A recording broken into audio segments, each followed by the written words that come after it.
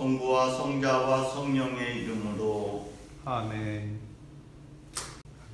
오늘 복음 말씀에 보면은 나를 따르려는 사람은 누구든지 자기를 버리고 제 십자가를 지고 따라야 한다 라고 말씀하고 있습니다. 우리 신앙인은 그리스도를 따르는 사람들입니다.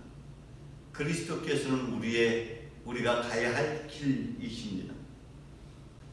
그 길을 따르기 위해 먼저 버려야 할 자기를 버려야 한다고 말씀하고 있습니다.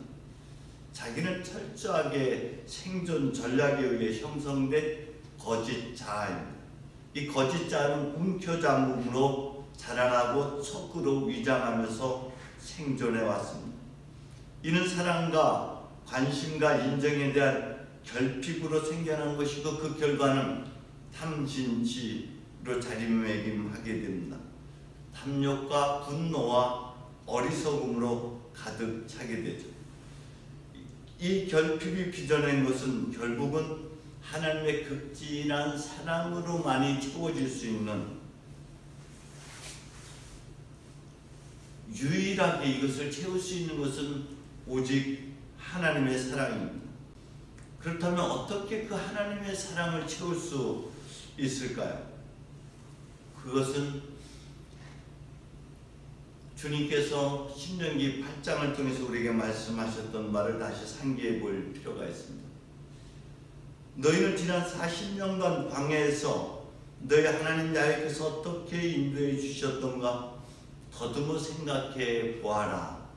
더듬어 생각해 볼 때만, 침묵 속에서 자신의 삶을 되돌아볼 때만 그 안에 숨겨진 하나님의 사랑, 하나님의 또 다른 신비를 우리가 알아차리게 됩니다.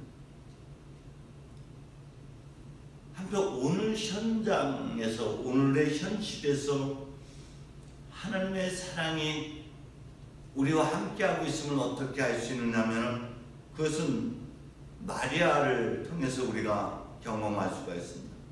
은총을 가득히 받으며 기뻐하여 주께서 너와 함께 계신다라는 말에 마리아는 몹시 당황하면서 도대체 이 인사말이 무슨 뜻일까 하고 곰곰이 생각하였다라는 이 본문의 말씀을 우리가 기억해야 됩니다.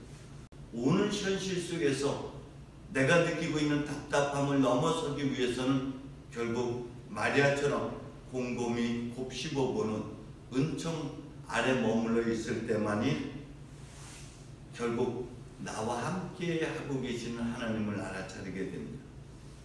져야 할 십자가는 그럼 무엇이냐? 저는 로마서 5장에 있는 말씀을 다시 한번 상기해 볼 필요가 있다고 생각합니다. 그리스도께서는 우리 죄 많은 인간을 위해서 죽으셨습니다.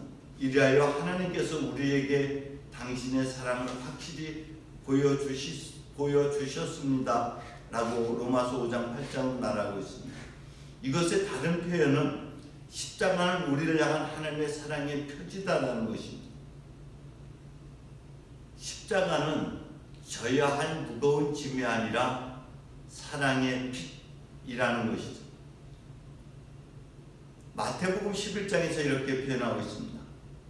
고생하며 무거운 짐을 지고 허덕이는 사람은 다 나에게로 오너라. 내가 편히 쉬게 하리라. 이렇게 말씀하신 주님이 또다시 무거운 짐을 우리에게 지라 하시지는 결코 않습니다.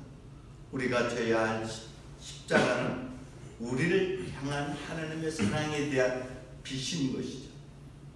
주님이 우리를 사랑한 것처럼 서로 사랑하는 것이 그 사랑의 계명이 우리가 져야 할 십자가인 것입니다. 그 사랑이, 그리스도의 사랑이 우리를 강요하는 삶, 결국 생각에서 가슴의 감동으로 살아가는 것이 십자가를 지고 가는 삶이라고 생각이 됩니다. 버려야 할 자기를 버리지 못하면 감정으로 사는 것이고, 자기를 버리게 되면은 감동으로 사는 삶이 되는 것이죠. 그래서 우리는 감정의 삶에서 감동의 삶을 사는 것, 그것이 십자가를 지고 사는 삶이라고 생각이 됩니다. 생각을 잘라내고 마음의 감동을 따라 사는 사람, 생각을 따라 사는 것이 아니라 가슴의 뜨거움을 따라 살아가는 사람, 욕망을 떠나서 하나님의 말씀에 혹은 그리스도의 사랑에 귀의하는 삶, 그래서 한첨의 영광에 다다르는 삶이 주님께서 가신 바로 그 길입니다. 그 변모 사건은 우리가 입어야 할 한첨의 영광인 것입니다. 우리의 삶에서 변화산에서 예수님의 변모 사건처럼 철저하게 우리 자신을 비워냄으로 한첨의 영광을 다시금 삶의 현장에서 회복할 수 있다는 것을 가리키고 있는 것이죠. 오늘 하루 내가 비우고 버려야 할 것이 무엇인지 다시 한번 성찰하면서 비우지 못하는 자기는 오직 그리스도의 사랑으로만 채워질 수 있다는 것, 그리고 우리가 비워내는 목적은 하나님의 한첨의 영광을 회복하기 위한 길임을 결코 잊지 않아야 될 것입니다.